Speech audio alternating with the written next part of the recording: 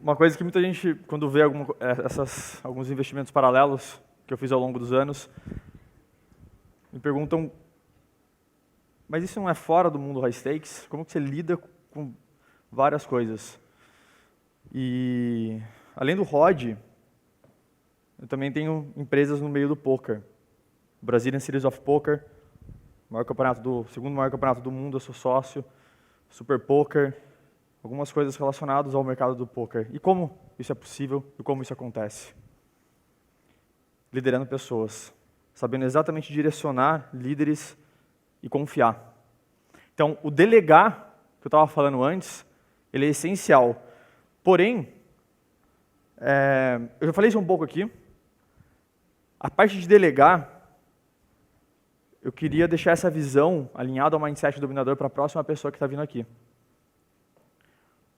Porque por mais que eu tenha hoje diretamente na minha equipe 18 pessoas, a próxima pessoa que está chegando aqui, ela me ensinou demais sobre esse mundo. É um dos maiores empreendedores do Brasil, na minha opinião, da nova geração. Ele lidera mais de 100 pessoas atualmente. Ele tem um negócio que é líder de mercado digital. E toda vez que eu vou e questiono ele sobre alguma coisa, sobre cultura, sobre business, ele vem com uma sacada inovadora. Ele é um cara que já recebeu aporte de investimento lá de fora. Então, automaticamente, ele está jogando um outro jogo, um jogo que eu quero entender cada vez mais. E tem uma história, antes de eu chamar ele aqui, que me reflete muito bem o que aconteceu nesse momento.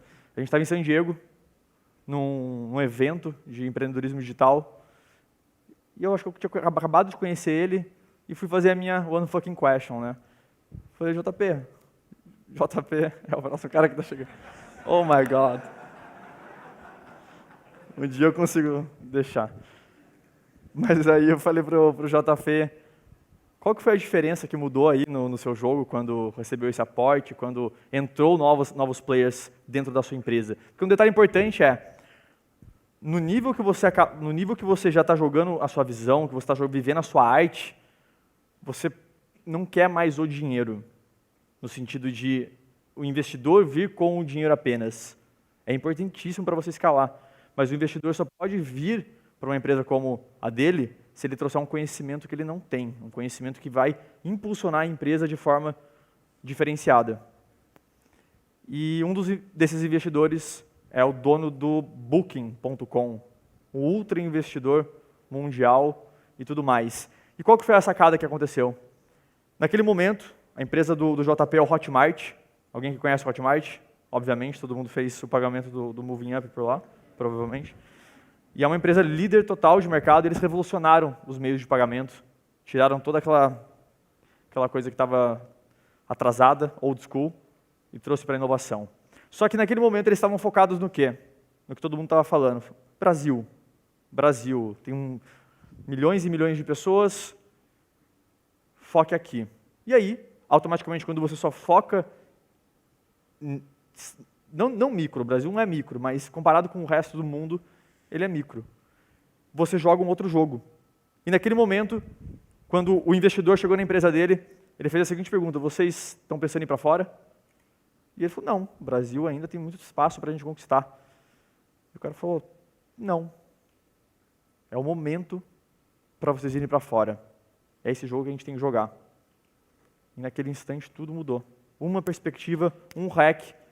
Naquele momento ele começou a realmente focar em contratações, começou a focar no mundo. E quando você foca no mundo, o Brasil fica pequeno. Mas não pequeno porque você esqueceu ele, porque você está jogando um outro nível.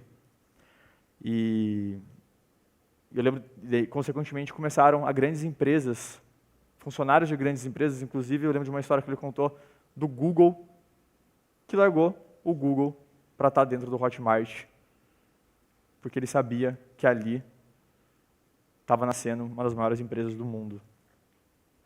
E eu tenho plena convicção que ela vai ser uma das maiores empresas do mundo no empreendedorismo digital, nesse mundo de pagamentos. Eles já estão lá na briga lá fora com o ClickBank, mas enfim, eu vou deixar ele contar essa história um pouco mais. É um cara que faz parte do meu grupo de Mastermind também. A gente faz parte junto, obviamente, no grupo do Érico. E ele... É uma generosidade dele estar aqui, que vocês não têm ideia. É um cara que eu sei o que é como eu falei, 18 pessoas, você não tem tempo, sua agenda não tem mais tempo. O cara que tem 100, ele está aqui porque não tem preço, não tem como você pagar a hora desse cara. Então eu queria que vocês recebessem ele de uma forma muito especial, assim como todos, mas de pé, vamos todo mundo levantar para a gente receber o JP aqui de uma maneira muito especial. Com vocês, João Pedro, JP! Obrigado, Obrigado, irmão. Obrigado. Só pegar o passador. Cadê? Vou pegar para você. O slide, o passador de slide. E aí, galera? Todo mundo me ouve? Tá. O Goff foi pegar o passador ali. Mas o que ele falou é verdade. Por muito tempo, a gente queria ser o melhor, né? Não só o maior, mas o melhor, obrigado, do Brasil. Né? E a gente já era o maior do Brasil. E a gente já era o melhor do Brasil. A gente ainda é no que a gente faz. E a gente estava adiando esse negócio de ir para fora, porque achava que tinha que sempre ficar preparando, e, enfim. Ia vir um momento perfeito para ir para fora. E o fato da gente estar próximo de alguém com, sei lá, que já tinha atingido algo muito maior, foi o que, de fato, ajudou a gente a quebrar essa barreira e falar, cara, vamos para fora. Se isso não tivesse acontecido, provavelmente a gente não ia ter ninguém trabalhando na Espanha, nem na França, nem na Holanda, hoje em dia. A gente ainda ia estar focado aqui. Mas isso também tem a ver com uma série de outras coisas que eu quero falar com vocês aqui. E, na verdade, quero agradecer ao Goff pelo convite. Ele sabe que eu não costumo fazer esse tipo de coisa, assim, de ir e ficar palestrando. Eu não sou palestrante, na verdade. Mas o Goff, cara, é um cara diferente, assim. Eu acho que vocês, não sei se vocês perceberam isso, já devem ter percebido, mas não tem outro cara igual ele. Não tem outro cara igual ele. É muito diferente. Tanto que quando a gente foi fazer o nosso evento lá em BH, o Fire, né? Ele foi o primeiro cara que eu convidei. Ele foi o primeiro, tinha 19 para escolher. E tinha gente que queria pagar para estar lá. Ele foi o primeiro cara, eu falei, cara, esse cara, ele traz alguma coisa diferente. Eu ainda não entendi muito bem qual é. Mas ele traz um negócio diferente para a mesa. E por isso ele foi o primeiro. Então, o primeiro motivo de eu estar aqui é por causa do Goff. O segundo motivo de eu estar aqui é por causa de vocês, porque eu acho que eu tenho algumas coisas para compartilhar que pode ajudar vocês numa jornada aí de empreendedorismo ou até de intraempreendedorismo, se você está desenvolvendo uma carreira dentro de uma empresa. Né? E o terceiro motivo de eu estar aqui, que é talvez um pouco egoísta, é por mim mesmo, porque eu recuso muito desse tipo de coisa, realmente não é exatamente a minha praia, mas uma coisa que eu aprendi desde cedo é que estar perto de pessoas que têm uma sintonia parecida, né, que está sempre buscando ali o próximo nível, que está inconformado, né, a pessoa que não aguenta ficar parada, quer sempre melhorar, isso sempre me ajudou muito. Estar rodeado de pessoas, vou usar o jargão aqui, né? High stakes sempre foi o meu maior hack para crescer. E por isso que eu estou aqui também. Então tem um motivo muito pessoal. Tá? Então obrigado por vocês me receberem aí. Então eu vou falar isso aí, ó. Como começar sozinho e montar um time para conquistar o mundo. Naturalmente, eu não sei usar essas coisas. Cadê? Aqui. Não? Foi?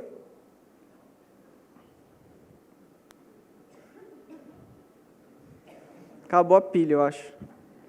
É tanta energia, né? Como que é aqui?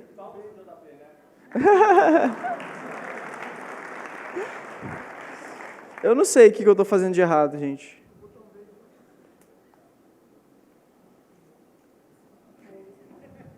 Bom, vai lá.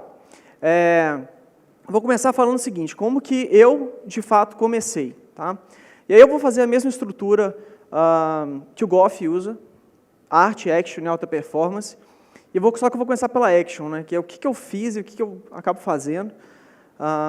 E basicamente foi o seguinte, quando eu era adolescente, eu adorava, aliás, desde muito cedo, sei lá, dos 13 anos, eu me envolvi bastante com games, né, desde o RPG de mesa até depois, futuramente, jogos de computador e tudo.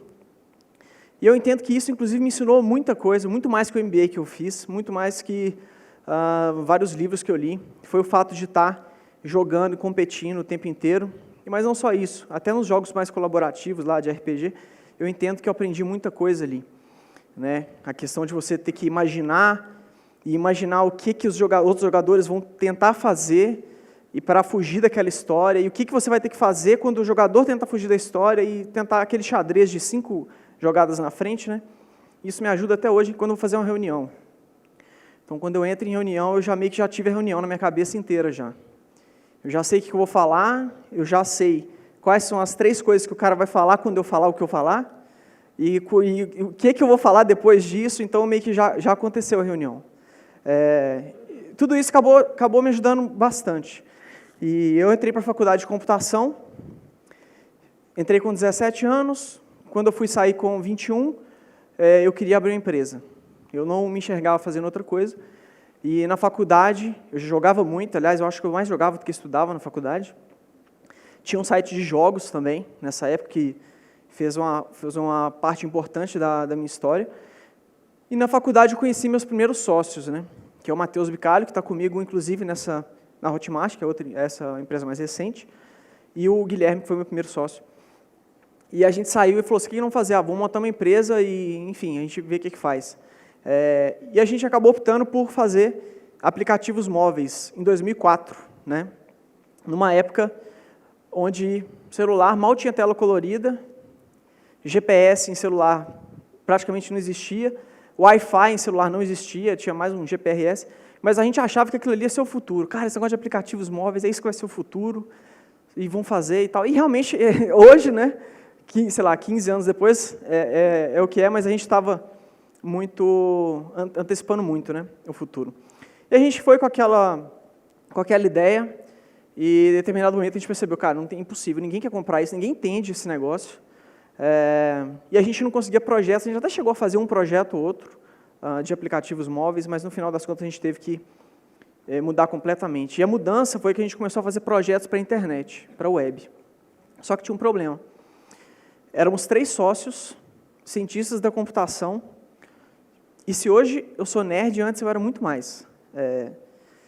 E, cara, ninguém sabia vender, ninguém sabia marketing, ninguém sabia nada, só sabia programar e criar coisas, que, por sinal, é a minha grande paixão, criar coisas.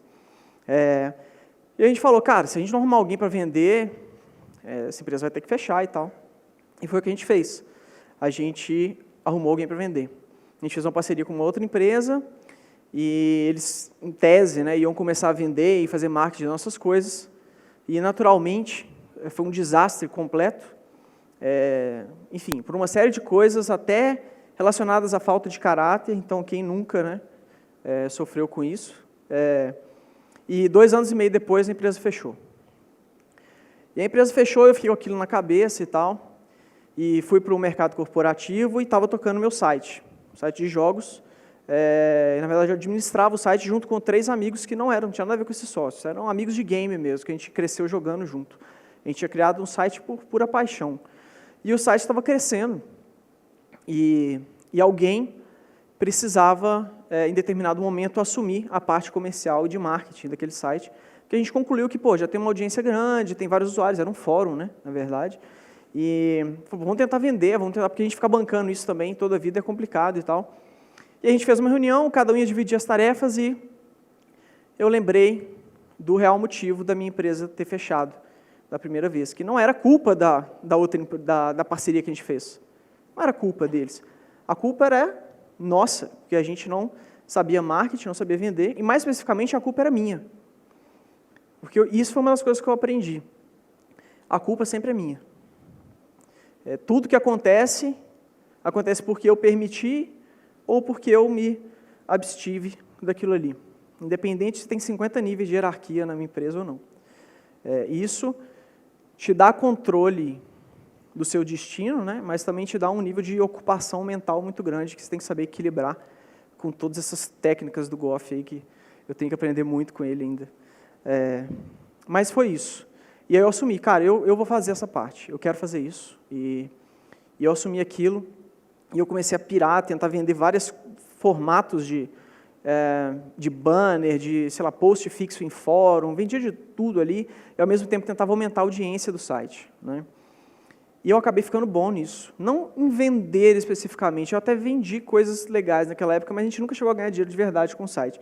Mas eu acabei ficando bom em aumentar a audiência do site, em otimizar. Naquela época era bem mais simples, na verdade, do que é hoje. Você fazia um SEO on page lá, um AdWords, e as coisas funcionavam. Eu estou falando grego, né? Ou não? Tá. Então, você fazia pouca coisa, em vista do que você tem que fazer hoje, e a coisa funcionava, decolava, e você conseguia muitas visitas e tal. Eu fiquei bom naquilo. Algumas pessoas começaram a me procurar por causa disso. Pô, me ensina aí, eu tenho um blog, eu tenho não sei o quê, me ajuda a gerar visita e tal. Cara, eu ajudava e tudo, e até que em determinado momento eu falava, vou criar um manual disso, né? E criei um manual. Criei um manual, dei para algumas pessoas próximas, e em determinado momento eu falei, cara, por que não vender essa parada, né? E aí aconteceu alguma coisa interessante, porque no site de jogos eu já tinha aprendido bastante coisa sobre tráfego, eu já tinha aprendido bastante sobre monetização, eu já tinha trombado com algumas coisas que no futuro iam fazer muito sentido para mim, mas que não tinham clicado ainda na época. Que, por exemplo, a gente tinha empresas na Irlanda, fabricantes de jogos, né, que eles tinham um modelo que era, e eu não sabia que era, um programa de afiliados. Então, eles davam um batch de serial key de jogos para a gente distribuía de graça os seriais, que entrava num trial, né? E se alguém assinasse, a gente era remunerado, tá? Isso era um modelo de afiliados. Uma outra vez que eu trombei com o modelo de afiliados foi quando eu tinha meus 15, 14 anos, que não tinha como comprar jogos de RPG de computador que vinha até em caixa, né? No Brasil, não tinha como. E eu acabei achando um cara na Inglaterra que vendia os jogos, e os jogos que não tinham aqui. E era muito bom porque eu comprava o jogo via ICQ, mandava cartão, essas coisas ali, via ICQ mesmo, ele abria a caixa lá na Inglaterra, tirava, eu olhava o serial, tirava uma foto e mandava o serial para mim, e aí eu já podia começar a jogar o jogo imediatamente, baixava as coisas, enquanto ele enviava a caixa. Então a caixa chegava 2 meses depois, mas eu já podia jogar. E aconteceu desse cara falar, cara, você não tem mais amigos aí que você quer, que de repente quer comprar o jogo que você está jogando e tal, se você me indicar os amigos, você pode, eu te dou créditos para você comprar mais jogos e tudo. Nem era dinheiro para resgatar, e acabou que eu nunca nem resgatei, porque era muito pouco na época. E aí, cara, foi por 2 vezes esse negócio aconteceu comigo, eu trombei com um modelo que eu não tinha percebido ainda, o poder, mas depois que eu comecei a trabalhar com o meu produto, eu comecei a tentar juntar os pontos ali. E o grande ensinamento da primeira empresa foi essa, que eu tinha que aprender marketing e vendas, e foi exatamente o que eu fiz, né? Anos depois, em 2010 mais ou menos, eu estava louco para sair do mundo corporativo já, que eu tinha voltado, né, para lá, depois da primeira quebra, né, com a empresa. E, cara, em 2010 eu voltei e falei, cara, eu não aguento mais, eu quero voltar a empreender. Aliás, até tinha tentado fazer umas outras coisas nesse meio do caminho, juntamente com o site, né? Quero voltar a empreender e vou pegar aquela ideia e vou investir nela, né? Comecei a colocar aquilo tudo junto, fiz um protótipo daquilo, né? E eu vi que o protótipo estava ficando grande demais. E eu estava sozinho, né? E aí eu falei, cara, eu não vou conseguir, não tem como fazer isso sozinho. E aí fui lá e chamei um dos sócios da primeira empresa, convidei ele para participar comigo.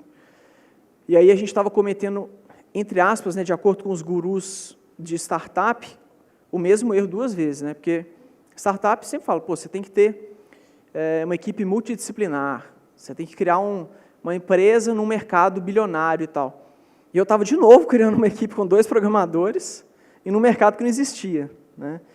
E é contra todas as regras, né? E o pessoal sempre fala, cara, você é louco, você vai largar aí, você está no gerente de projeto de não sei o quê, com MBA do não sei da onde, e você vai largar tudo para vender e-book na internet e tal. O brasileiro nem lê, quanto mais vai comprar um e-book que você pode baixar de graça, tudo quanto é lugar. Então, assim, essas coisas até ficam com a pulga atrás da orelha, mas não importa, eu já tinha precisado, eu precisei daquilo antes. Então, se ninguém mais quisesse, pelo menos para mim, ia funcionar. E eu vendi a ideia para ele, o meu sócio, eu nem sei se ele entendeu direito o que era, porque até hoje ainda é difícil explicar, né, o que é o Hotmart. E, no final das contas, ele comprou e a gente começou a terminar o protótipo, né, que era uma versão pequena ali. Mas o mesmo pequeno já estava difícil. A gente falou, cara, vamos fazer o seguinte, em vez da gente fazer o produto inteiro, vamos pegar o protótipo, vai desenvolvendo de leve, assim, no nosso tempo livre, né, e, enquanto isso, vamos fazer um teste, para ver se as pessoas realmente querem ou se é alucinação minha, ou só eu que quero essa parada. E a gente botou uma página no ar, eu já sabia gerar tráfego, né? Direcionei bastante tráfego para lá, e não tinha nenhum tipo de bônus para quem se inscrevesse, do tipo, baixe um e-book gratuito, aprenda, não tinha nada disso. Tinha só a nossa proposta de valor e, se você tem interesse, deixe seu e-mail aqui. Porque se eu tivesse colocado bônus, ou qualquer coisa do tipo, eu ia estar corrompendo, né, aquela pesquisa ali. Eu não ia saber se de fato havia interesse ou não. E no final das contas, tinha umas 800 pessoas que se cadastraram lá. Beleza. Falou, pô, legal, eu acho que não é alucinação. Então, peraí, que eles estão há meia hora tentando me dar um sinal aqui. Pode usar o passador. Se der erro, nós recebemos o sinal e a gente passa. Beleza. Obrigado. E está aparecendo as coisas aqui, brilhando e não sei o que, o cara sublinhando. Falei, pô, legal. Obrigado aí, equipe. Então, a gente colocou aquilo, a gente viu que estava funcionando, né? Que as pessoas queriam, e falou, beleza, vamos desenvolver esse negócio. E aí, a gente, no finalzinho de 2010, a gente colocou um beta privado no ar e começamos a abrir aquilo com alguns convites para algumas pessoas que já estavam cadastradas naquela lista de interesse lá. A coisa começou a engatinhar ali, né? E aí, a gente usou um primeiro hackzinho ali. Por que acontece? O mercado não existia, não tinha ninguém treinando ninguém nesse mercado, não tinha afiliado, os produtos que tinham eram muito fracos ainda e tal, e nada estava acontecendo, né? E eu falei, cara, a gente tem que deixar esses caras que já estão aqui felizes, porque se eles ficarem felizes, eles vão falar para os outros e tal. Como que a gente faz, hein? Eu ficava quebrando a cabeça com aquilo, até que veio a brilhante ideia de, já sei, vamos nós mesmos comprar os produtos deles. E a gente pegava o cartão, toda semana ia lá e comprava alguns produtos, só para o cara ficar feliz. E deu certo, porque um ia lá, fazia um post numa comunidade, aí galera, vendi, que legal, não sei o quê. Aí o outro, eu também e tal. E aí a coisa foi, pô, você vendeu, como é que foi? Não sei o quê. E o negócio foi começando, e aí até que chegou em fevereiro de 2011, a gente estava ralando, sei lá, quantos meses nisso já, nesse protótipo, nessa base inicial, desde o final de 2010, então tem alguns meses aí. E a gente trabalhando até 3 horas da manhã todo dia e tal, porque dividia com o trabalho, né? Fevereiro de 2011, depois de muita ralação, a gente chegou e viu que tinha faturado R$182. E aí, você olha para trás, fala, pô, tô ralando até 3 horas da manhã todo dia, cara, foda. Cara, e assim, eu trabalhava numa empresa de software, dava a hora do almoço, eu saía correndo, ia lá, programava alguma correção, que eu programei para toda vez que desse um erro, chegasse no meu celular, né? Aí eu ia na hora do almoço, corrigia, subia e tal, e, enfim, já estava fazendo isso há algum tempo, e aí chegou lá, fevereiro, R$182. Aí você para e pensa, que foda, velho, que do caralho, as pessoas querem isso mesmo, é isso que eu falei, tá aí, ó, tá aí, tá vendo? Tá aprovado essa porra. E aí, eu virei pro meu sócio e falei, cara, é o seguinte, ó, esse negócio tá funcionando, tá vendendo mesmo. Nós temos 2 problemas para resolver agora. Falta de tempo e falta de dinheiro. Vamos fazer o seguinte, vamos ficar só com um, que é o falta de dinheiro, e vamos resolver o falta de tempo, vamos pedir demissão e focar nesse negócio aqui e tal. E foi exatamente o que a gente fez. A gente pediu demissão, R$182, dividia ali, dava uns R$50 ali para cada um. E foi isso que a gente fez, né? E aí, só que a gente colocou uma condição, que eu acho que também foi um hackzinho legal. Falei assim, cara, só que é o seguinte, vamos fazer essa loucura aqui. Só que, se em 12 meses a gente não conseguir deixar essa empresa sustentável, sem que a gente tenha que botar dinheiro, acabou. Acabou. E aí é isso aí, bola para frente. Porque senão, enfim, a gente fica indefinido. E aí começou o countdown lá, contagem regressiva, 12 meses. E aí, como diz Murilo Gun, hard work papai, né? Vamos trabalhar.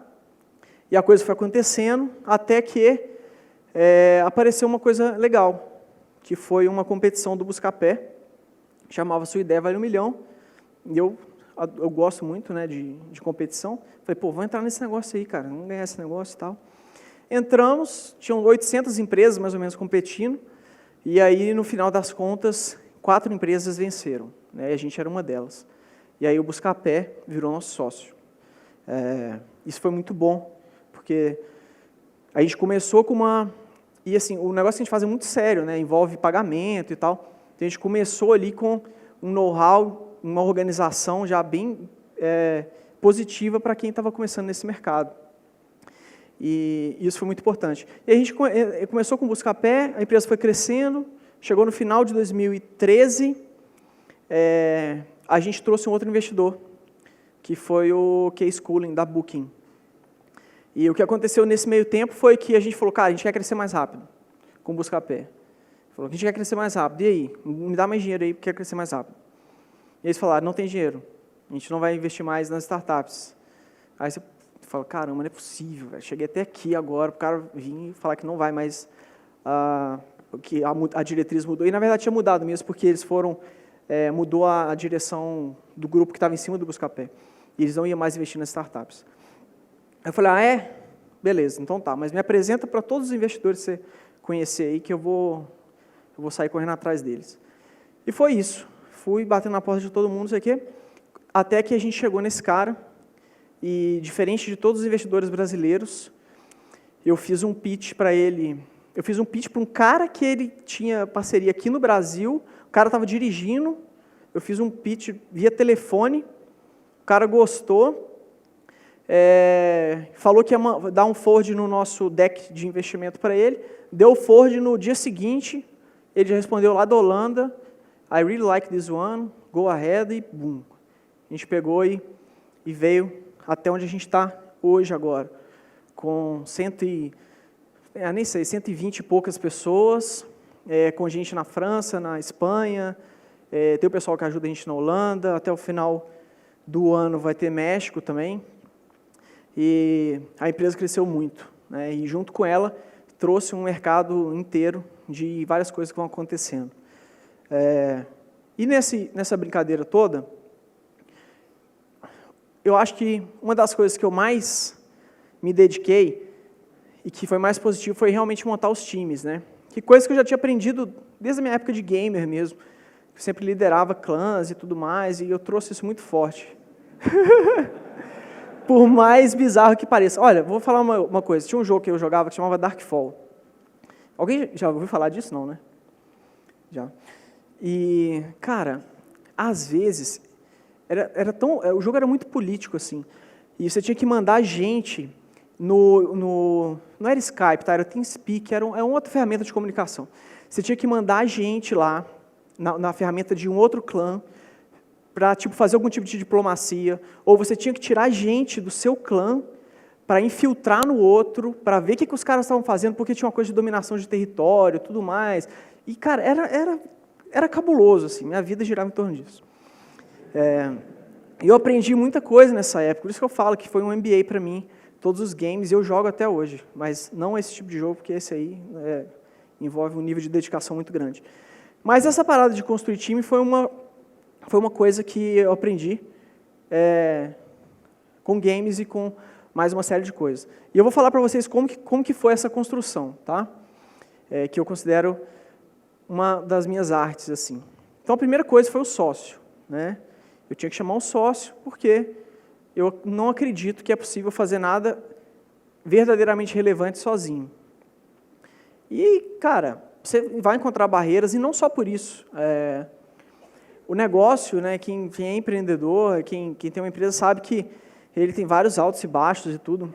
E tanto no alto quanto no baixo, quando está na média ali, está ok, mas quanto no alto quanto no baixo, é muito bom você ter uma pessoa, ou duas, ou sei lá quantas, do seu lado, que tem o mesmo nível de comprometimento, aquela coisa mais visceral mesmo, né, com o negócio.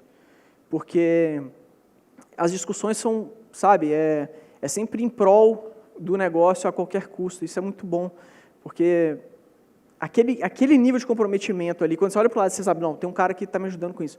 Isso é muito bom, por mais que a responsabilidade sempre seja sua. Eu chamei esse meu sócio, que já tinha sido da primeira empresa, que eu já conhecia há mais de 15 anos, e já conhecia os valores dele, já conhecia tudo que ele faz que me irrita pra caramba, ele já conhecia tudo que eu faço que irrita ele pra caramba. Ele falou, pô, não, já sei aqui como é que é, o terreno e tal. E é um cara bom, um cara que compartilha dos meus valores, e chamei o sócio. Então, foi o primeiro ponto. O segundo ponto foi, a segunda etapa, a segunda fase, né, vamos dizer assim, foi recrutar os amigos loucos, né, que eu chamo, porque, pensa bem, hoje, ok, tem um escritório legal, tem, pô, empresa bombando, não sei o quê, mas na época lá, não tinha nem onde trabalhar, pô. Eu não tinha onde entrevistar as pessoas. A gente ia para o shopping entrevistar. Então, quem que vai querer entrar numa barca furada dessa? Né? Só os amigos loucos mesmo. E aí tinha um cara que trabalhou comigo, tanto no mundo corporativo, quanto era um parceiro de game meu. E eu sabia que ele tinha uma admiração muito grande por mim, porque eu já tinha liderado alguns projetos com ele, e eu era, sei lá, meio ovelha negra das empresas de software, porque eu queria fazer as coisas de um jeito um pouco diferente, e ele concordava com isso e tal. E eu sabia que tinha uma admiração forte, eu sabia que qualquer coisa que eu fosse chamar ele para fazer, ele ia topar. Ele estava num banco, que é o ápice da estabilidade no mundo corporativo, e você trabalha num banco que nunca tem crise, né? E eu chamei ele para o shopping lá, e aí, vamos conversar e tal. E, cara, não deu outra. Ele falou assim, beleza, eu sei que a empresa é pequena, eu sei que eu tenho zero benefício em vista que tem o banco, mas eu quero porque eu acredito nisso e vamos embora. Então, veio o primeiro amigo louco. Que, por sinal, a gente já tinha 2 programadores, certo? E tem a regra da multidisciplinaridade das equipes de startup. Então, você com 2 programadores, qual que é a próxima contratação que você faz? Outro programador. E aí os gurus de startup piram, né, velho? Mas tudo bem. Mas a nossa empresa era puramente baseada em tecnologia, né? Então eu acreditava que a gente tinha que ter um produto muito bom para conquistar o mercado. E por isso a gente trouxe um outro programador. E ainda nessa fase de amigos loucos, teve um outro que veio, porque a gente fez um primeiro evento sobre produtos digitais e marketing de afiliados, né, que teve no Brasil. E eu fiz esse evento com o Seiji Arata, com o Caio Ferreira, com o Santorini, Lourenço e tal, em BH. E quando esse cara viu que a gente estava fazendo o evento, foi um evento gigante, para 40 pessoas. Quando esse cara viu que a gente estava fazendo o evento, ele falou assim, cara, ó, seguinte, eu estou vendo o que vocês estão fazendo aí, eu acredito muito nisso, e eu quero me envolver, eu quero ser voluntário. Eu carrego caixa, eu vou no fornecedor, eu faço o que for preciso, porque eu quero me envolver, porque eu acredito nisso aí, eu admiro o que vocês estão fazendo. Eu falei, beleza, sim, envolvo então. Ele ajudou a gente no evento, e meses depois surgiu uma oportunidade de conversar com ele, num café, e ele largou a montadora multinacional que ele trabalhava, a carreira lá, para vir para startupzinha também pequenininha. É o Rodrigo, não sei se tem muitos produtores ou afiliados aqui, talvez se conheçam, mas enfim. E essa foi a fase dos amigos loucos, né? E aí, chegou na terceira fase, que é a fase do ataque dos clones, foi o seguinte, nessa fase a gente já tinha umas pessoas trabalhando com suporte, né? E tinha 2 pessoas no suporte. Uma delas não... tecnicamente, assim, fazia o trabalho, tá? Trabalhava até bem feito, assim, mas não encaixava, os valores, os comportamentos, assim, não encaixavam com as coisas que eu queria, com o tipo de pessoa que eu queria ter na empresa. E a outra fazia um trabalho incrível, excelente, e, cara, era exatamente um fit cultural que eu acreditava. Eu falei, cara, eu preciso de mais gente assim, preciso de mais gente igualzinho a essa pessoa aqui. Assim, tá, como que eu faço para clonar essa pessoa aqui? Eu quero outra igual. E aí eu fiquei tentando embolar uma forma de fazer isso. Eu lembrei de um evento que eu fui, que tinha um coach ensinando uns testes lá de personalidade, não sei o quê, que aí você pegava o teste e dava os atributos e os valores, né? Os atributos, eu falei, ele usava isso para recrutar. Eu falei, pô, isso aqui, cara, isso aqui é negócio lá, de repente eu posso fazer o contrário, né, do que ele está falando. Eu pego e uso o teste na pessoa que eu já tenho, aí eu vejo como que ela é, e aí eu contrato gente que é igual a esse teste. E aí eu comecei a clonar as pessoas. Eu chamava uma lista de pessoas para entrevistar, faz o teste. Ah, deixa eu ver, deu igual? Vem para cá. Deu diferente? Não, vai embora, você não quer não. Deu igual? E aí eu fui clonando, e eu usei esse negócio dos clones durante muito tempo na empresa. Eu clonei muita gente. Sem células-tronco. Acabei de lembrar um negócio engraçado aqui. Teve até gente de outras empresas que depois que descobriram o meu método de clonagem de pessoas, eles voaram até lá e falaram, cara, me passa as matrizes dos seus melhores funcionários que eu quero clonar lá, onde eu estou. E eu até passei, não é problema nenhum. Então, clonei muita gente, até a gente montar um time de RH, de talentos e tal, que tinha técnicas mais avançadas que isso, mas, na verdade, se você contar isso aqui, ó, galera, ó, deixa baixo, porque se você contar isso aqui para alguém de RH, você vai ver que o sangue vai sumir do rosto da pessoa. É tipo a maior afronta de todos, mas não importa, isso era o que estava funcionando para mim, isso era o que eu tinha condição de fazer, e na minha cabeça de engenharia, era isso que fazia sentido, e funcionou, né? E aí a gente chega num ponto onde tem uma certa massa crítica dentro da empresa, tem umas 12, 13 pessoas ali, que você começa a poder fazer o que é a próxima fase, que é o ciclo de admiração. Então, os primeiros caras, os amigos loucos, eles vieram puramente por admiração. E o que eu acreditava, o que eu acredito, né, é que uma das coisas principais de você ter uma empresa foda, com pessoas foda, é que as pessoas têm que estar lá e têm que olhar para um lado e falar, cara, que cara foda que está aqui. Aí ele olha para o outro lado e fala, porra, esse cara também é muito foda. E cercar de pessoas foda. Isso gera motivação constantemente, na minha visão. Eu falei, tá, mas como que eu trago esse tipo de pessoa, né?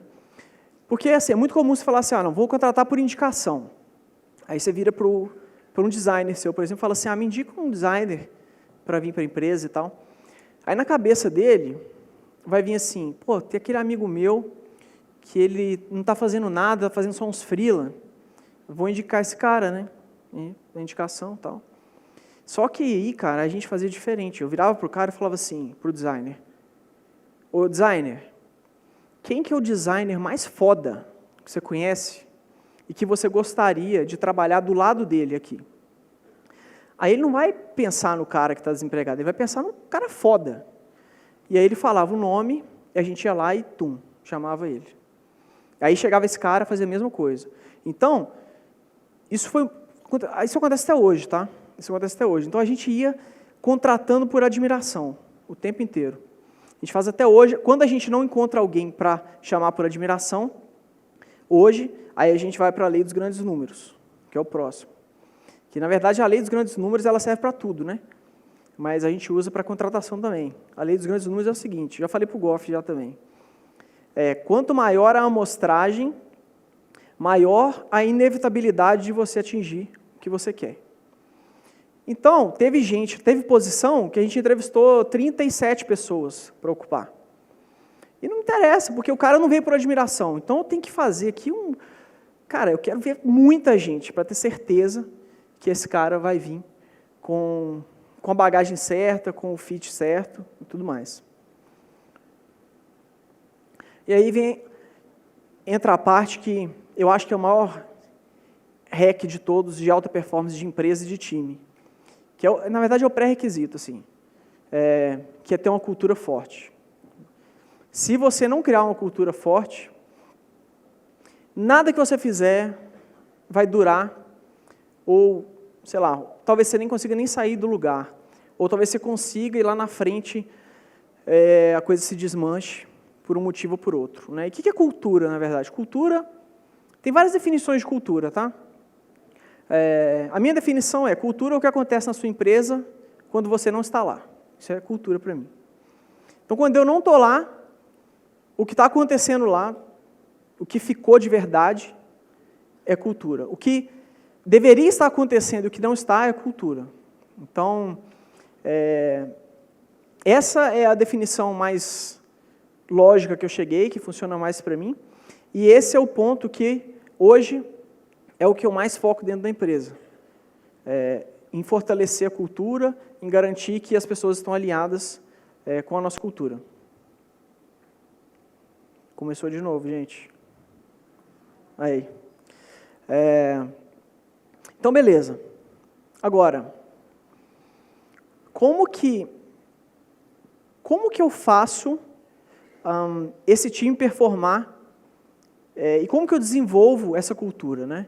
Então, eu vou falar um pouco de como a gente fez lá. E isso aqui não é um método, tá? Isso é o que a gente fez. Não necessariamente isso aqui é o mais correto ou o menos correto, isso é só o que eu fiz lá. E, na verdade, uma coisa que depois, fazendo uma engenharia reversa de por que deu certo as coisas, eu tenho hábito de fazer isso, né? Tenho mania de pegar tudo que deu muito errado, o que deu muito certo, e tentar fazer uma engenharia reversa e ver o que teve que acontecer para que o resultado chegasse aqui, nesse ponto. Eu fiz isso para a cultura.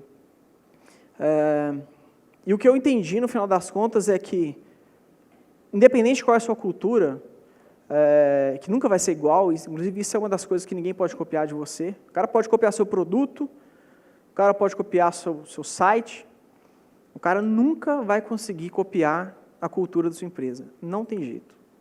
Então, por isso que eu não me preocupo com os concorrentes que surgem do nada aí, fazendo um monte de bobagem, mas enfim. Então, fazendo a engenharia reversa da cultura, a gente chega a 4, eu entendi que tem 4 pontos que são principais, assim, porque o que acontece no final das contas é o seguinte: você tem que manter as pessoas motivadas na empresa.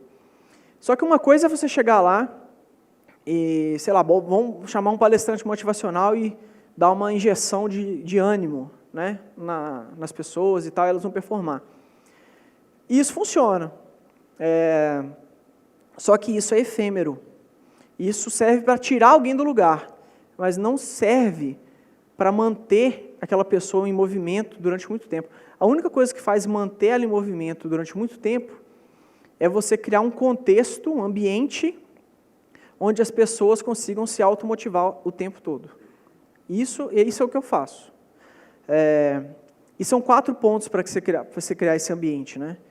Um é você ter um propósito, eu vou falar mais disso, é o primeiro item. Você tem um propósito muito forte, todo mundo fala que tem um propósito, né? A minha empresa tem um propósito. Mas nem todo mundo tem. Mas todo mundo gosta de falar que tem, porque é bonito. Mas realmente você tem que ter um propósito, uma causa. Fala, por que você está fazendo isso? O Goff deixou claro qual que é o dele aqui. Né? Eu vou falar o nosso daqui a pouco. Mas isso é um ponto. Porque esse propósito ele vai atrair pessoas que têm conexão com ele. Porque se o propósito for gerar lucro, puramente gerar lucro, gerar dinheiro, você vai atrair pessoas para dentro da sua equipe que só querem saber de dinheiro. Isso é um problema. Em algum momento, essa coisa vai se descontrolar um pouco. Então, esse é um ponto, propósito. O segundo é progresso. As pessoas que estão na sua equipe, elas têm que perceber que a empresa onde elas estão está progredindo, está caminhando em direção à visão que está sendo projetada ali, e elas têm que perceber que elas estão progredindo ali. E progressão vai depender de cada um. Tem gente que vai sentir que está progredindo porque está aprendendo muito trabalhando ali. Tem gente que vai se sentir progredindo porque foi promovido, ou porque tem um título novo, ou porque, não sei, no emprego anterior tinha menos responsabilidade do que tem agora. E aí você tem que ficar atento para ver o que é o sentimento de progresso de cada um. E garantir que você tem isso dentro da empresa. As pessoas têm que ver que a empresa está progredindo e que elas estão progredindo. Terceiro é a admiração, que eu já falei muito aqui. Terceiro pilar, para manter as pessoas motivadas. Ninguém quer trabalhar do lado de um monte de... Lá em Minas a gente fala assim, tá? Zé dentro d'água, né? Ninguém quer trabalhar do lado de um monte de... Sabe, o cara tá nem aí, ou o cara não performa, ou o cara não entrega, ou eu tô ralando pra caramba aqui, o cara do meu lado, pô, não tá fazendo nada, às vezes até ganha mais, né? Isso aí é um assassino de cultura, total. Então, você tem que garantir que você tem as melhores pessoas e que as pessoas se admiram. E isso envolve demitir pessoas também. Progresso, propósito, admiração e o último, propriedade. As pessoas têm que, na minha crença, as pessoas têm que sentir que elas são donas do que elas estão fazendo ali. E elas têm propriedade sobre o lugar onde elas trabalham, sobre o trabalho que elas realizam, tudo isso. Então, para mim, eu sempre pensei muito nisso, porque eu acredito que se a pessoa sente que ela tem propriedade sobre aquilo ali, ela vai se importar. E eu queria criar uma cultura onde as pessoas se importassem, porque se eu tiver 5 pessoas na empresa que se importam com a empresa, pô, é ótimo. Eu não estou lá e tem 5 pessoas lá que se importam. Mas se eu tiver 20, é melhor ainda. Mas se eu tiver 120, acabou, é imparável. Todos se importam. E aí eu quis desdobrar a nossa cultura em algo que deixasse isso muito forte, né? Que foram os pilares. E esse é o nosso propósito, na verdade, antes dos pilares. É permitir que as pessoas vivam suas paixões. Porque o que eu entendo é que você só vai ser capaz de entregar algo extraordinário, numa qualidade acima de qualquer coisa, quando você estiver focado em fazer só aquilo ali. E para você fazer só aquilo ali, não tem jeito, cara, você tem que viver daquilo. Sabe, tipo assim, você ficar fazendo vídeo no YouTube de graça para sempre, sem nunca rentabilizar aquilo, você nunca vai conseguir chegar no próximo nível de qualidade, você nunca vai conseguir impactar o mundo de verdade. Porque você não consegue sobreviver, a sua cabeça está em outro lugar. Falou, pô, tem que pagar a conta lá. E aí você tem que fazer outra coisa que não tem nada a ver com a sua paixão, não tem nada a ver com a sua arte, não tem nada a ver com o que você quer, para poder pagar a conta e entregar de graça outras coisas. Então, assim, a gente tem que fazer várias coisas de graça, mas a gente tem que ser capaz de viver daquilo. Porque quando alguém consegue viver daquilo que faz melhor, essa pessoa sim tem capacidade de transformar, gerar impacto e mudar o mundo. Então, os pilares. Nossos pilares, isso aí.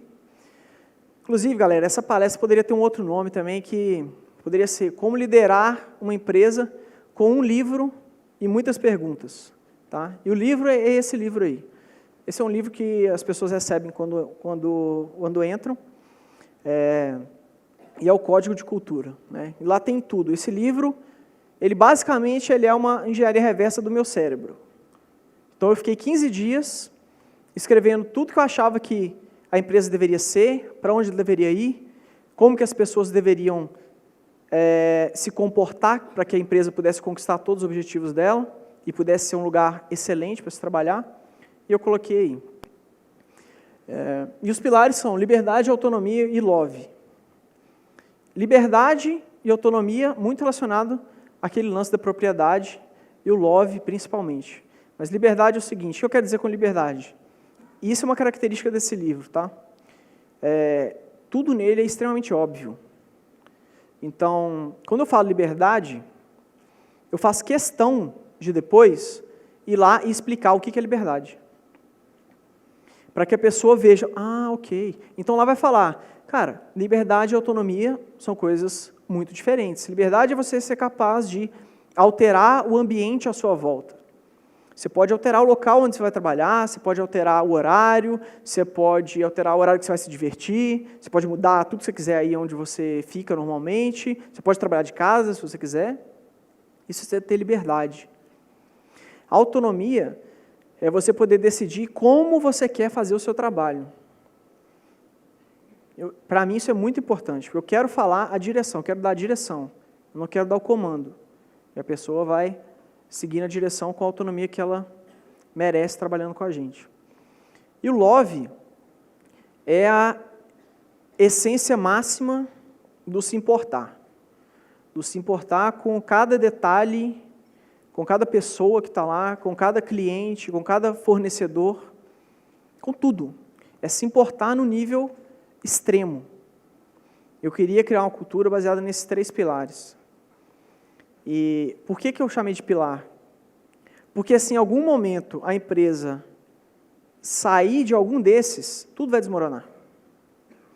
Se em algum momento as pessoas pararem de ter autonomia, acabou. Se em algum momento as pessoas pararem de se importar, acabou. E se em algum momento as pessoas pararem de sentir que elas têm liberdade, acabou também.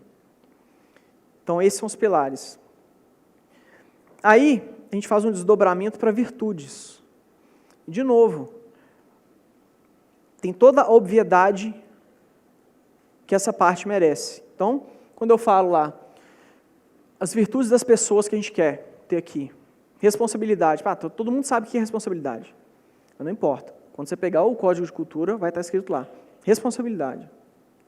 Você é responsável por todas as suas ações e as suas abstenções. Você é responsável por questionar qualquer um, independente de ordem hierárquica, caso você sinta que ele está cometendo um ato irresponsável. Você pode ser o estagiário, questionando o diretor, não importa, você pode fazer isso, você está protegido pelo código de cultura, vamos dizer assim. Então eu faço isso para cada um, performance. Tem um texto sobre performance, o que é performance? É as pessoas do seu time poderem contar com você, porque elas sabem que você vai entregar o que você comprometeu. Isso é performance.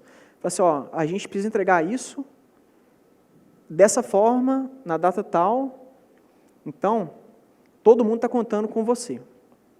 Isso é performance. Tem mais coisas lá, óbvio, eu não vou entrar em muito mérito aqui, mas tem as 7 virtudes lá que a gente prega.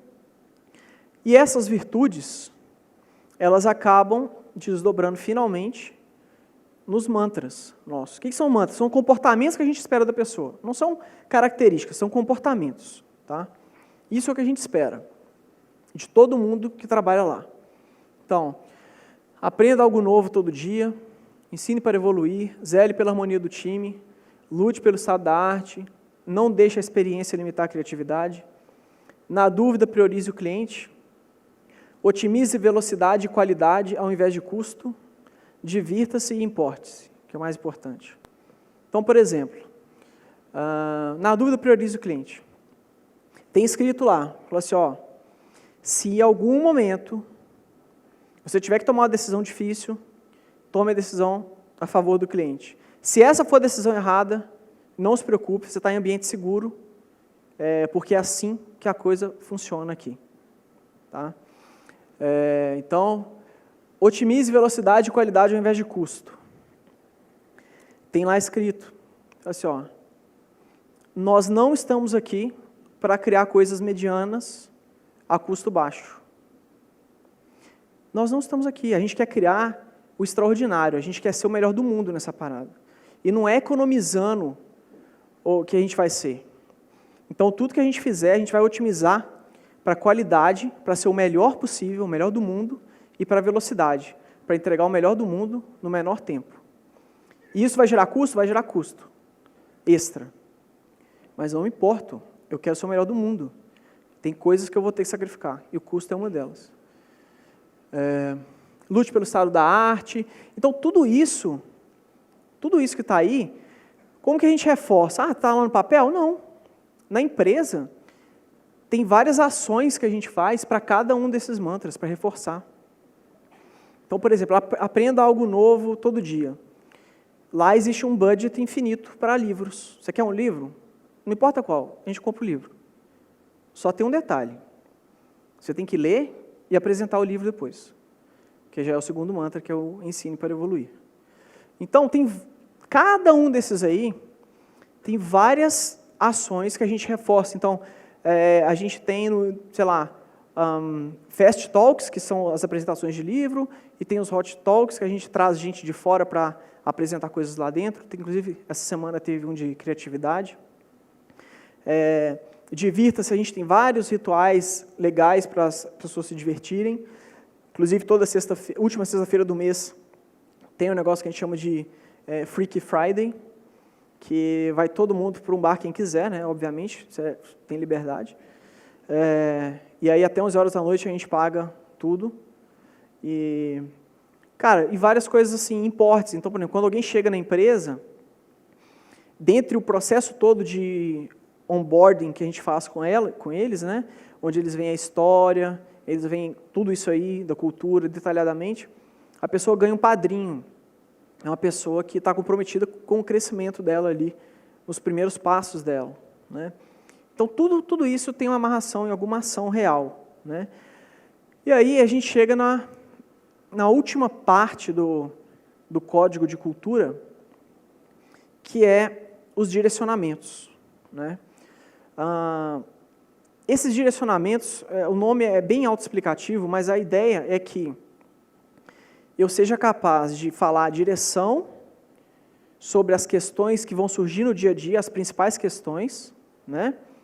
Mas eu nunca falo o processo, porque eu não quero ser o guardião dos processos, eu quero ser o guardião da cultura.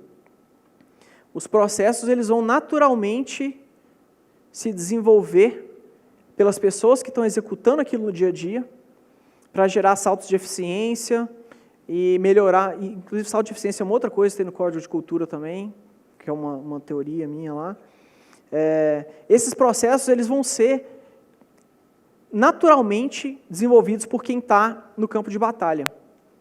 Não vai ser eu que vou chegar lá e falar assim, faz esse processo aqui, isso aqui, assim, assim, assim. Cara, nem sou eu que estou executando. O processo ele tem que surgir quando alguém sente uma dor tão forte que está atrapalhando ele. E quem vai sentir a dor é quem está na operação lá, no dia a dia, não sou eu. Então, eu tenho que dar a direção, né?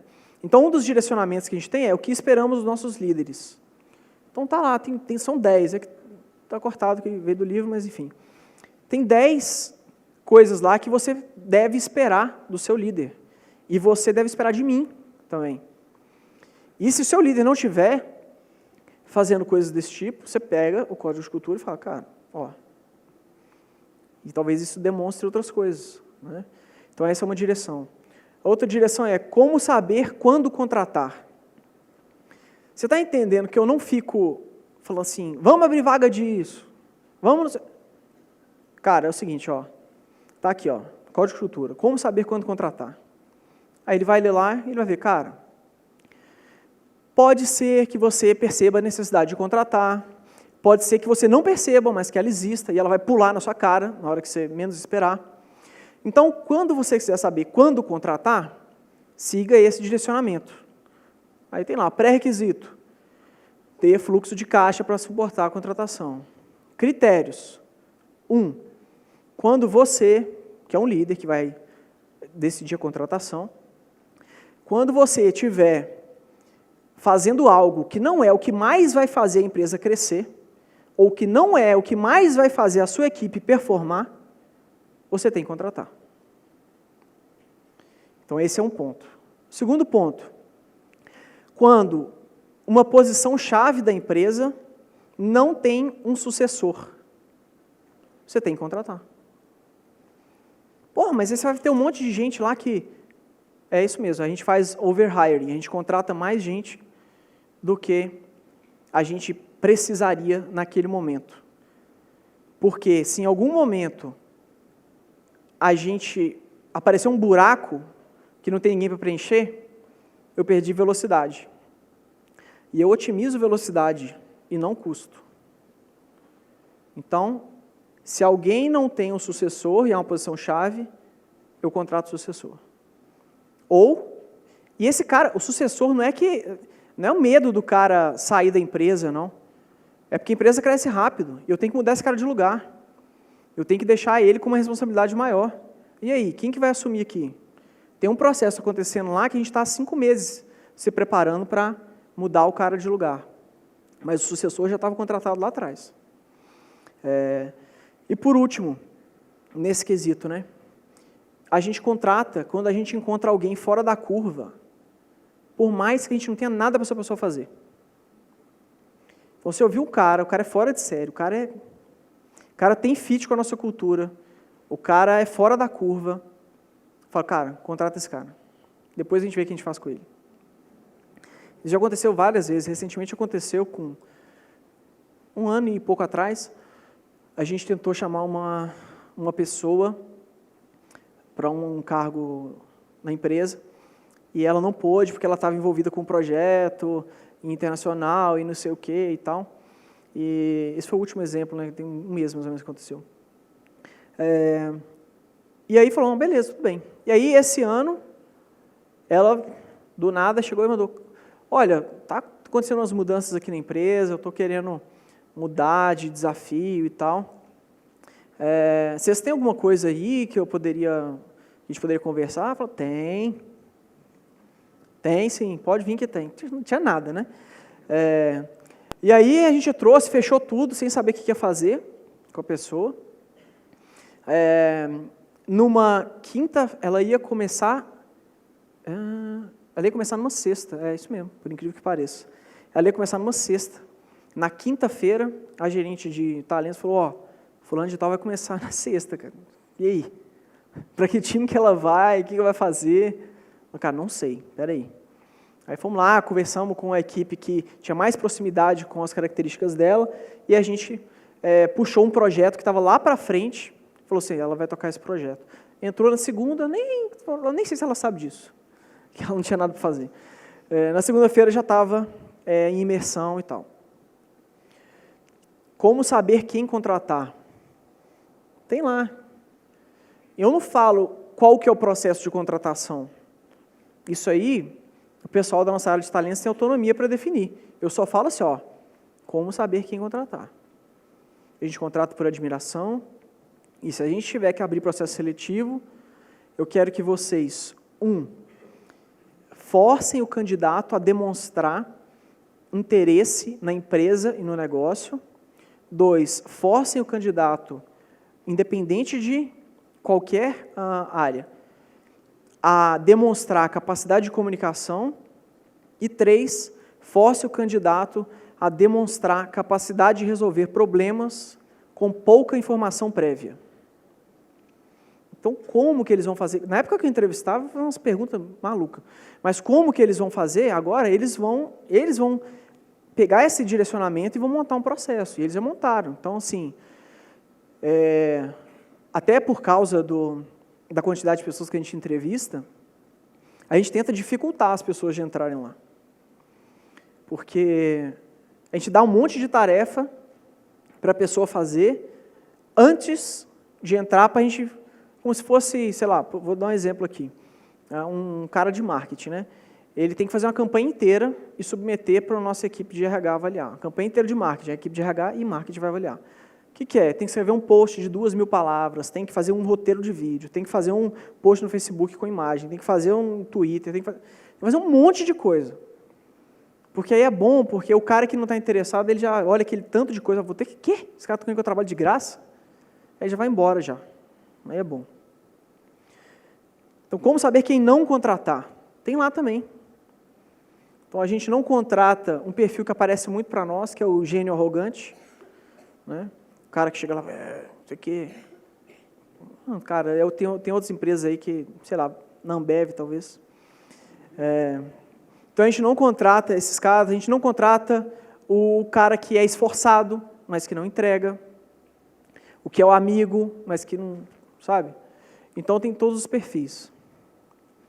Como saber quem demitir? Que, inclusive, foi um dos grandes erros assim, que eu acho que eu cometi, foi demorar muito para demitir as primeiras pessoas, né? Mas depois eu entendi que, na verdade, demitir alguém é uma demonstração de respeito com aquela pessoa. Porque se ela está trabalhando para mim e eu sei que ela não tem a menor condição de crescer dentro da empresa, eu estou jogando o tempo dela no lixo, e o meu também. Então, é um sinal de respeito. Falar assim, olha, você não tem condição de crescer nessa empresa, acha que não é a empresa, pode ser até bom, mas eu não acho que essa é a empresa para você. Deve ter várias outras que vão te dar oportunidades melhores, né? Então, lá tem, como saber quem demitir? Aí lá fala, tem vários critérios, tem vários direcionamentos que você pode usar ou não para tomar sua decisão, e um deles você contrataria essa pessoa de novo, conhecendo ela, como você conhece hoje? Esse é um. O outro tem lá uma série de avaliações e fala assim, cara, esse cara ele absorveu nossos mantras como deveria? Então é um dos critérios, tem vários critérios para saber, precisa tomar a sua decisão, mas eu não tomo a decisão. Eu só vou tomar essa decisão quando eu tiver que demitir algum gerente. Como saber quem promover? Está tudo lá. Esse é o livro que eu gerenciei a empresa inteira com esse livro. Eu respondo e-mail com print desse livro. Então o cara vira para mim e fala assim, estou pensando em promover fulano de tal, o cara mandou bem, o cara não sei o quê. Eu vou lá, dou um print, como saber quem promover. Colo, falo assim, leia o como saber quem promover e tome sua decisão. Pronto, acabou. Ele tem autonomia para fazer isso. Mas e se o cara começar a promover um monte de gente? Cara, aí os números vão contar a história. Porque eu recebo um relatório e eu sei como que está o financeiro de cada departamento, de cada tudo. Os números vão contar a história toda. E aí, você pode interferir ou não. Mas todo mundo tem autonomia para fazer isso. Bom, e aí como fazer esse time performar mais, né? Porque a cultura é o pré-requisito, mas o que a gente faz a mais lá? A gente tem metas, vários tipos de meta. Você pode ter uma meta que, sei lá, você tem que bater tanto de conversão nessa página aqui, por exemplo. Ou, sei lá, você tem que fazer o checkout aumentar 0,1% de conversão. Isso é um tipo de meta, uma meta de resultado. Tem meta que é de atividade. O que é uma meta de atividade? Fala assim, cara, você tem que fazer, sei lá, esse ano 115 vídeos. E aí você vai espalhar isso no ano e vai ver e tal. E tem meta de entrega também. Porque uma coisa que a gente aprendeu, tomando umas pauladas, é que quando você está criando projetos do zero, não adianta muito você colocar meta de resultado. Não funciona. Tem que ser uma meta por entrega. Então a gente tem vários tipos de meta e tem vários bônus também. A gente tem 2 bônus principais. Um que é mensal, todo mundo. Bateu sua meta pessoal, individual, você tem um número. Ou você tem um número ou você tem uma entrega para fazer naquele mês. Se você bateu, você ganha. Se você não bateu, você não ganha. E aí tem ranking, né? Gamer é foda, né? Quer fazer ranking de tudo. Inclusive no Hotmart tem ranking, né? Temperatura, não sei o quê. Então quer fazer ranking de tudo. Então a gente tem ranking, todo departamento lá, independente da meta, bota o ranking lá do final do mês, o top 1 ganha, sei lá, spa não sei aonde, ganha alguma coisa, né? Por mais que seja R$200 de prêmio, mas ele ganha, e ele fala, ganhei. E o último, a gente não fala, o último está ruim, está o ranking lá, cara, dá para todo mundo ver quem é o último. Todo mundo vê. E aí o cara vai se mexer, é performance, né? E muitas perguntas, né? Por que eu falo muitas perguntas? Eu trouxe algumas aqui. O JP nem sabe fazer slide, olha lá, colocou um monte de texto no slide. Não, mas é que eu sei que muita gente gosta de tirar foto, então, eu já estou vendo tirando. Então, é isso aí. Então, por exemplo, no início de um projeto, normal, ou se eu quero resolver algum problema que está meio sem solução, uma das perguntas que eu faço é, se você tivesse dinheiro e tempo infinito, como que você faria isso? Porque o que eu percebi no final das contas é o seguinte, chega para resolver um problema. Aí todo mundo senta na mesa, aí fala, o problema é esse. Aí o cara fala, pô, mas, cara, não vai dar tempo, a equipe, pô, não tem que tá faltando um cara para fazer isso, tá faltando... E aí, na hora que você vai ver, o cara chega numa solução que está nesse nível aqui, né? E aí, quando você chega e fala assim, cara, é o seguinte, ó, tem esse problema para resolver. Dinheiro infinito, tempo infinito, pessoa infinita, tudo infinito, não tem limite nenhum. Qual que é a melhor forma de fazer isso aí? Se você tivesse tudo ilimitado. Ah, é porque eu ia, sei lá, contratar a Gisele Bündchen, beleza, tá valendo, fala o que você quiser aí. No final das contas, vai sair uma solução impossível aqui, né? E aí, a partir dessa solução, a gente vai colocando as restrições e, normalmente, ela para aqui, enquanto do outro jeito parava aqui. Então, isso é uma forma de fazer as pessoas encontrarem soluções melhores. De forma muito simples. Tudo que eu faço é muito simples, na verdade. Eu não gosto de complicar, porque quando complica, não funciona. Então, por exemplo, semanalmente, as equipes que eu lidero, inclusive isso aqui é coisa pessoal, tá? Pode ter líderes dentro da minha empresa que não fazem exatamente essas perguntas. Por quê? Porque eles têm autonomia para fazer, a deles. Só que a gente compartilha, fala, ó, tá fazendo isso, tá dando certo e tal. Então, semanalmente, uma das perguntas que eu faço é, qual foi a sua maior contribuição para a empresa ou para o projeto, dependendo do contexto, nos últimos 7 dias? E aí, normalmente, as equipes são de 8 pessoas no máximo, né? Se tem alguma que tem mais de 8 é porque está transitando para quebrar no meio. Também por causa da performance, né? E aí, quando você faz essa pergunta, acontece uma coisa interessante. Quando você faz da primeira vez, acontece o seguinte, ninguém nunca viu essa pergunta, aí você faz a primeira vez. Aí o primeiro cara que vai responder, né, coitado, o calouro, aí ele começa, porque essa semana eu fiz isso, eu fiz aquilo outro. Aí você vira e fala com ele assim, cara, ó, vou repetir a pergunta. Qual foi a sua maior contribuição essa semana? Aí o cara, não, porque eu fiz isso e teve isso também que foi... Cara, vamos lá. Qual foi a sua maior? Uma, escolhe uma. Aí ele vai e fala, pá. E aí o que vai acontecer é que se nas próximas semanas essa maior coisa que o cara fez, na verdade não for tão grande assim, a galera do time vai começar a olhar assim, pô, esse cara está fazendo um monte de coisa que não está acrescentando tanto e tal. Porque todos têm uma certa autonomia ali também dentro do backlog, né? E aí, ou ele vai ficar meio, assim, ele vai ser expelido, eventualmente, se isso continuar perpetuando, ou ele vai automaticamente falar assim, porra, o cara vai vir com aquela pergunta de novo semana que vem. Deixa eu priorizar minhas coisas aqui e tentar encontrar o que é o mais importante que eu posso fazer essa semana para ficar legal lá na reunião, né? E funciona. Para mim, funciona. Em seguida, essa pergunta todo mundo responde na frente de todo mundo, né? E depois, normalmente, eu faço essa pergunta, que você não tem obrigação de responder. Que é, alguém acredita que se tivesse trabalhado em outra coisa essa semana, teria contribuído mais?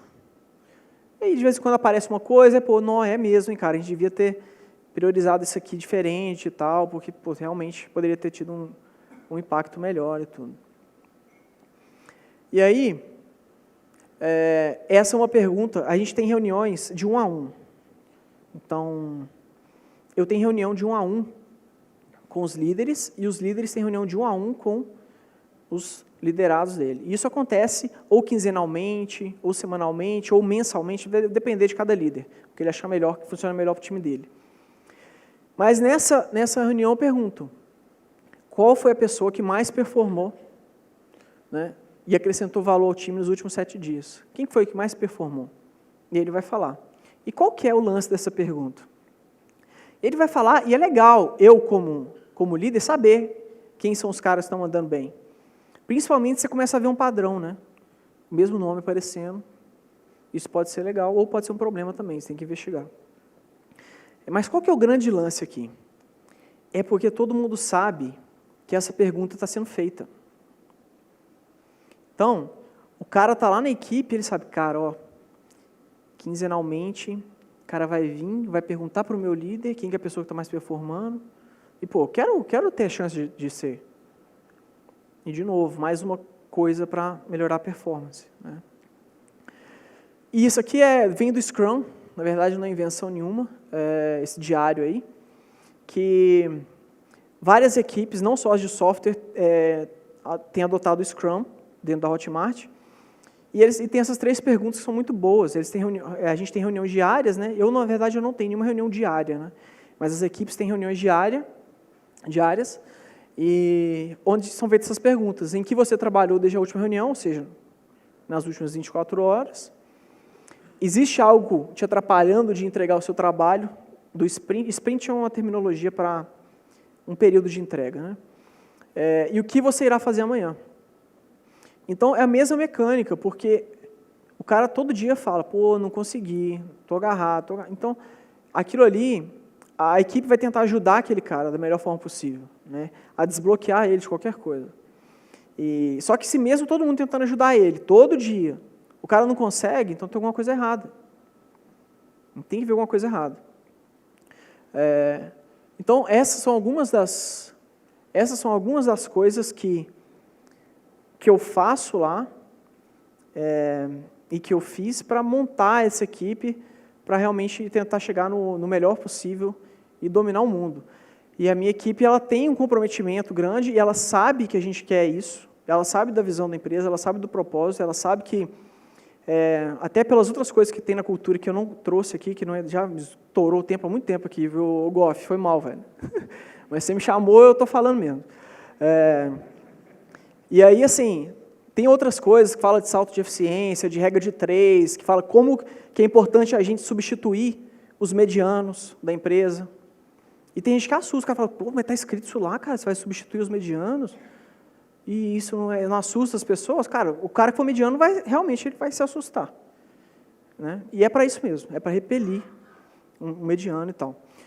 E aí, esse é um vídeo, ele não tem no YouTube, é um vídeo interno nosso, eu não fico mostrando isso, mas só para vocês entenderem mais ou menos, é um vídeo que foi feito espontaneamente pela galera lá, só para vocês entenderem mais ou menos como que funciona o ambiente.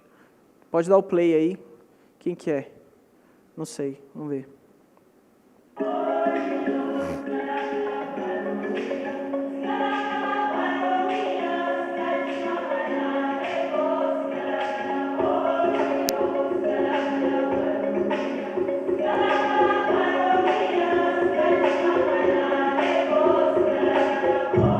As pessoas gostam tanto de trabalhar nessa empresa que elas simplesmente não saem daqui, elas se divertem na empresa, elas estão em casa.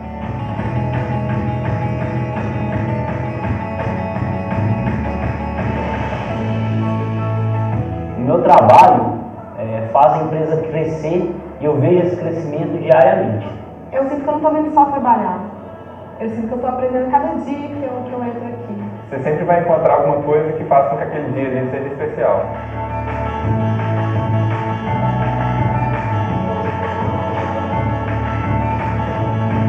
A gente tem um foco muito grande na cooperação e não na competição. Todo mundo aqui dentro sabe que a gente vai ser o maior do mundo. E a gente não tem outra opção. As pessoas estão aqui dentro para construir um negócio, para mudar a vida de outras pessoas.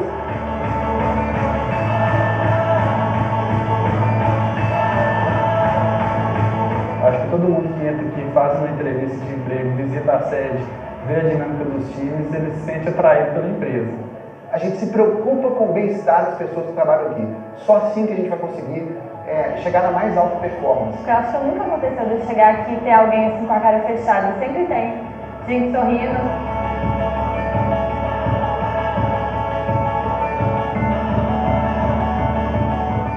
Nosso mantra diz, né, aprender alguma coisa todos os dias. Eu acho que isso é muito fácil aqui dentro, porque as pessoas são muito boas. Não existe na cultura algo que reprima ninguém. O trabalho individual que cada um faz aqui é muito notório dentro do projeto.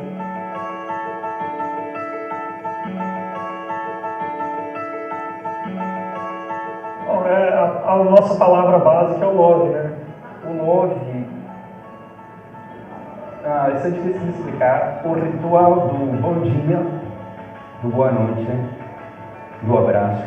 É o cuidado com os detalhes, é o carinho com o desenvolvimento dos projetos, é a atenção com os colegas de trabalho. É uma questão de excelência em tudo que a pessoa faz.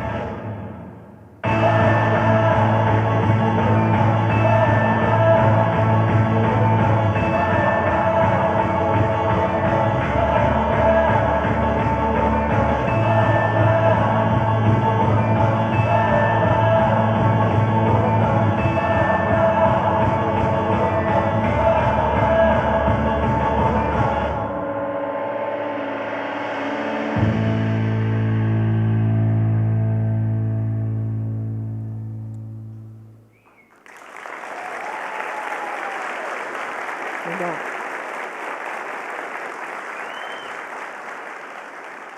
Galera, é o seguinte.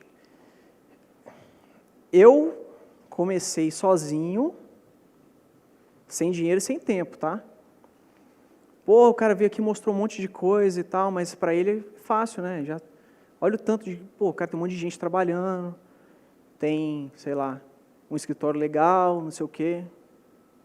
Só que não se esqueçam disso. Comecei sozinho também. E sem dinheiro e sem tempo. Tem mais alguém aqui que ou está sozinho, ou está sem dinheiro, ou está sem tempo? Então você já tem pelo menos um pré-requisito, né? Cara, resumindo, Isaac Newton está aí, né? Pô, se eu vi mais longe foi por estar por ombros de gigante. E o que eu quero dizer é que tudo isso foi construído, não foi sozinho, né? Naturalmente, mas foi muito me rodeando de pessoas incríveis. A minha equipe, os meus amigos, meus mentores, o nosso grupo de mastermind, tudo que a gente consegue extrair de pessoas que são muito melhores que a gente. Olhando pelo mastermind, por exemplo, todo mundo ali, todos que estão lá, são melhores que eu em pelo menos uma coisa, certeza. Pelo menos uma coisa, os caras são muito melhores que eu, mas muito. Eu tenho muita coisa a aprender com o Goff, assim como tem muita coisa a aprender com todos os caras lá. E a melhor forma, e é por isso que eu vim aqui, porque eu gosto de me rodear de gente melhor, de gente que tem coisa para me acrescentar. Por isso que é muito importante você ter as pessoas certas na sua empresa, você repelir, expulsar as pessoas que não estão alinhadas com a sua visão e fortalecer a cultura. Para mim, é o maior hack de todos para fazer uma empresa crescer, é você criar uma cultura forte de verdade. Beleza? Obrigado aí, pessoal.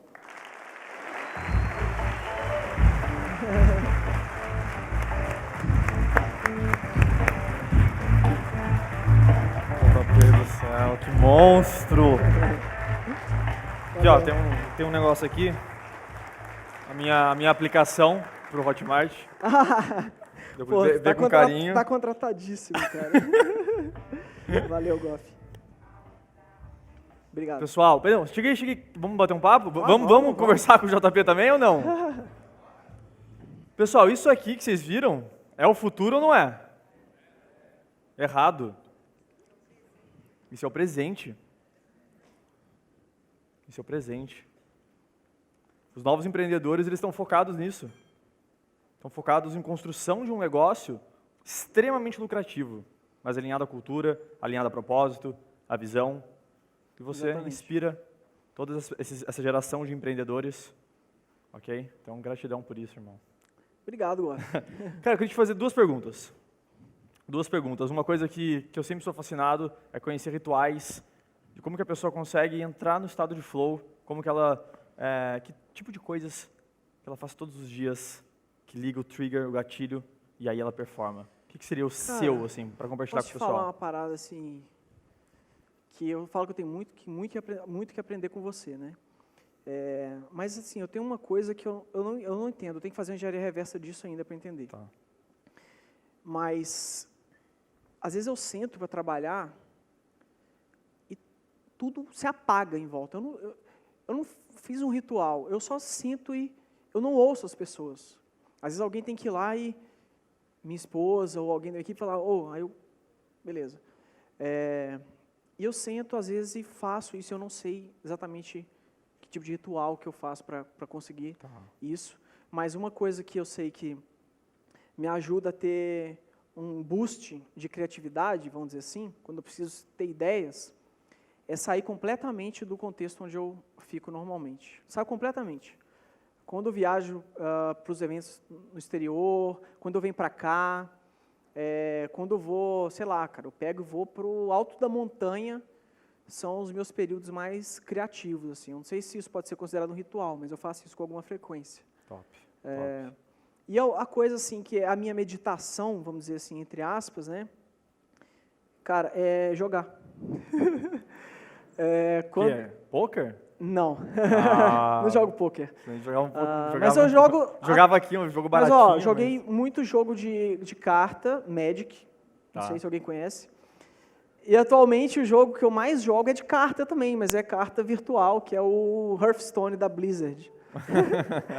Quem conhece? Ô, meu Aí, Deus. ó, tá vendo? Pessoal do game. Eu comecei a jogar esse jogo tem um mês, mais ou menos, e... Enfim, vamos ver quanto tempo vai levar para eu chegar no rank 5 lá, mais ou menos. Então, sobra tempo ainda para jogar. Esse que é o problema, leva um tempinho. Mas é a hora que, assim, meu cérebro, ele desliga. E, às vezes, eu tenho dificuldade em desligar meu cérebro. Tá. E jogando, eu desligo o cérebro. Na Legal. verdade, eu não desligo, mas eu ligo numa outra vibe ali que, enfim... É um certo tipo de meditação, né? Você é uma espécie de para o seu meditação. pensamento e foca em outra coisa. Ele dá um reset, saca, pra mim. Isso é o que funciona pra mim.